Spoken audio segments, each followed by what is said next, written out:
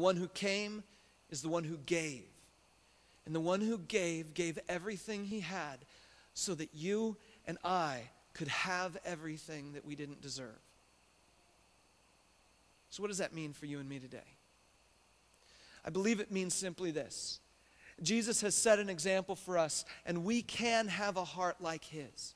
His heart is clearly larger than any other Grinch's heart ever has been.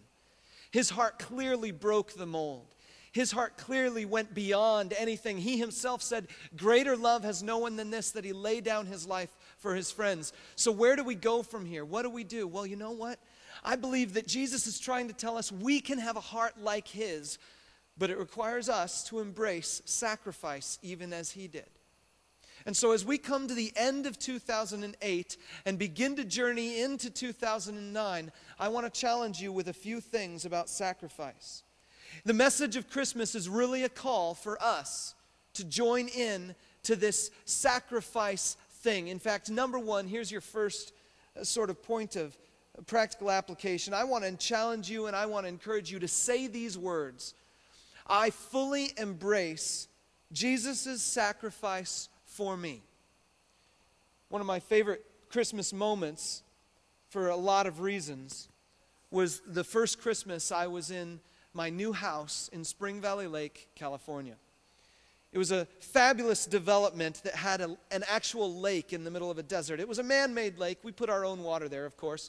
But, you know, it was a lake. And there were fish and boats and stuff like that. So anyway, my family moved there, and it was like an amazing opportunity for us. We found this incredible deal on the land, and we got there, and everything was going well. But, you know, it took a lot of money to move there. And I remember my first Christmas there. I think I was about 11 years old. I had just gotten a paper route. And so I was Mr. Paperboy, and I had my BMX bike that I rode around.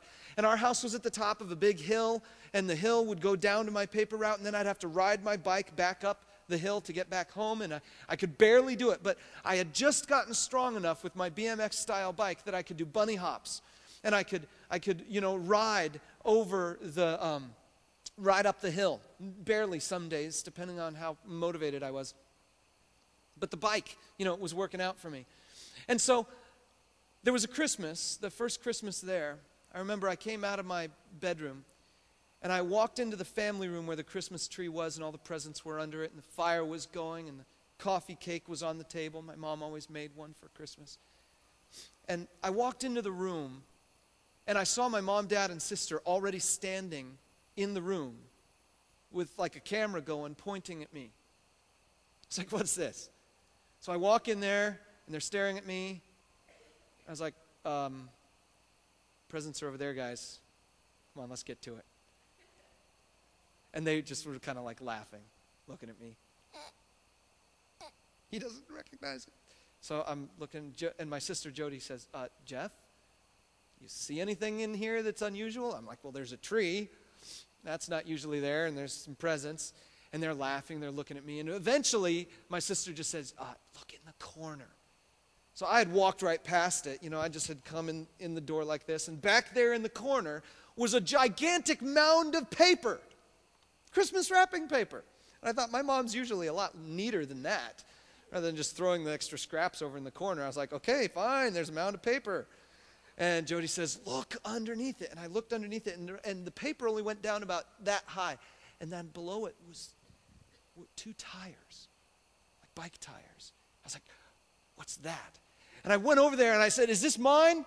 And they said, yeah. And I went, whoop, and I ripped all the paper off. And there, you're not going to believe it, under the paper was a Murray street machine. Do you guys know what a street machine is? Oh, come on. Murray was a company that made bikes a long time ago, and then they kind of, went out of business because the foreign bikes were cheaper and stuff, and so they went out of business. But they were trying to get back into the business by marketing bikes more directly to kids. And I downloaded the video clip to the actual commercial from the 1980s that actually plays the Murray Street Machine commercial, and I forgot to put it on the screen for you today. So we're going to have to post it on our website or something this week. You're going to have to look up for that thing. I'll try to get it up there. But anyway, The commercial shows these kids and they're absolutely speeding on the street machine. It was a 2-speed road bike for kids. And I looked at this thing and I was like, disappointed. Because I didn't want a bike. I had my BMX bike and I was just getting used to it. I was getting strong enough to do the bunny hops and I was delivering my papers on it. And after all the video game Paperboy, he was riding a BMX bike. And now my mom and dad got me this street bike. And it was a Murray Street Machine. They'd seen the advertisements on TV, thought it was cool and thought it would be awesome for me. And you know, up until that point in time, my sister and me and my family, we had a hard and fast rule that our big Christmas gift was $20. And we could ask our parents for the specific thing we wanted for our big Christmas gift, and it would be $20. And I'm looking at this bike. It was the first time I'd ever gotten anything big, and it was easily $200 back in the mid-1980s, like 86, something like that. $200 that I know my parents barely had the money for anything like that at all, just moved into a new house, all this kind of stuff. And there in the corner was a $200 beautiful piece of Murray Street Machine equipment, and I faked it. I faked like I liked it. And I was like, oh, the Murray Street Machine. How'd you guys ever find out about that thing? And I love it, and it's awesome. And I kept my BMX bike and would ride one or the other. And I would always feel guilty whenever I rode either one of them. Here's the point. My parents sacrificed a lot to get that bike for me. They knew it was the bike every boy wanted for Christmas. All my friends thought I was cooler the moment they saw it. I could go fast on that thing. But it was heavy. I couldn't do my tricks. And I treated it internally with contempt. And that is the same thing we do with Jesus. We don't understand the depth of sacrifice it took for Jesus to come to this earth, let alone die for us. And friends, I want to encourage you today, if you have never taken the opportunity to embrace that sacrifice for yourself, do it now.